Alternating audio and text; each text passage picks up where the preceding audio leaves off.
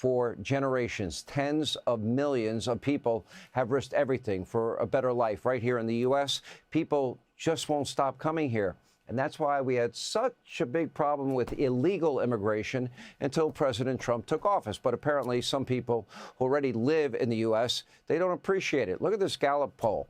40% of women under the age of 45 say they would like to permanently leave our country. Also tonight, 60% of respondents to a new poll from NBC agreed that extreme political rhetoric contributed to Charlie Kirk's assassination. And a majority of respondents to a recent Politico poll agreed that there will be a major political assassination within the next 5 years. That's chilling. And here now to explain exactly what's going on in the world is the host of Ask Dr. Drew on Rumble, our friend Dr. Drew Pinsky. Okay, that's just outright chilling to me. I could live with political disagreement all day long and get along with people fine, but a lot of people don't like me, and it's loathing, it's contempt, it's even rage. It's kind of shocking. I don't understand it myself, and you're better at this than me. Well, it is an extraordinary time, and they seem to have no sense of incitement. What's interesting about some of that data you just quoted in terms of what happened to Charlie Kirk, what those people were thinking about was not the fact that people were calling Charlie Kirk a Nazi. They were thinking about Trump's nasty tweets. They really think that somehow is going to incite violence, as opposed to when you're calling somebody Hitler, that's not going to take a lone wolf and cause them to commit some horrible act, which of course, historically, that's always the way it's been. It's not that somebody is impolite on social media, and for whatever reason, that sets them into motion where they seem unable to understand the impact of their actions.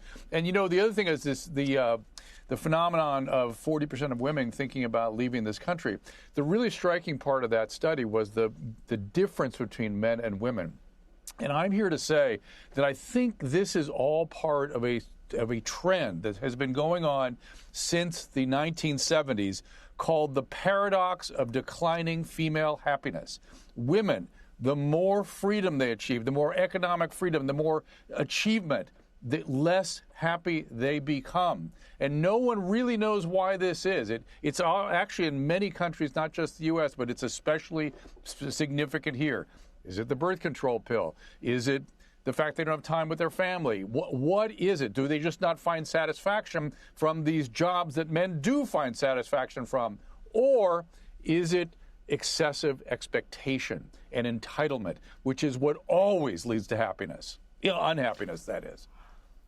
No, I totally agree. But, you know, I use the word on this program when you say Hitler, Stalin, Nazi, racist, fascist, whatever, Nazi, racist, fascist, whatever they say, and it's every single day. It happened again this weekend.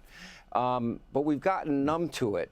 But it does have a dehumanizing effect, and I use the word that you used, which is, I believe it is incitement on some level. Yes. Again, at the end of the day, you have to hold the person that commits the act responsible. But what responsibility do people that incite people have in this equation? Right. Incitement is rarely explicit. It's not go kill this guy now. It's in the vapors. It's in the discourse. And then somebody with some weakness, some mental health issues. You know, there's a Netflix series right now about the guy that killed Garfield. You see exactly this being played out in that miniseries. And that has always been the case. Of course, people want to make an issue of there's some conspiracy in the background. It begs no issue that the lone wolf, him or herself, is motivated by somebody saying, this is a bad person and I could save the world from this bad person. It gives my life meaning when I have no meaning. And that's always the way it's been. And if people are casual with this language and casual with incitement, it's no wonder that people are willing to predict the possibility of an assassination within 5 years. Pretty chilling. Dr. Drew, always appreciate you being with us. Thank you. Hey, Sean Hannity here. Hey, click here to subscribe to Fox News YouTube page and catch our hottest interviews and most compelling analysis. You will not get it anywhere else.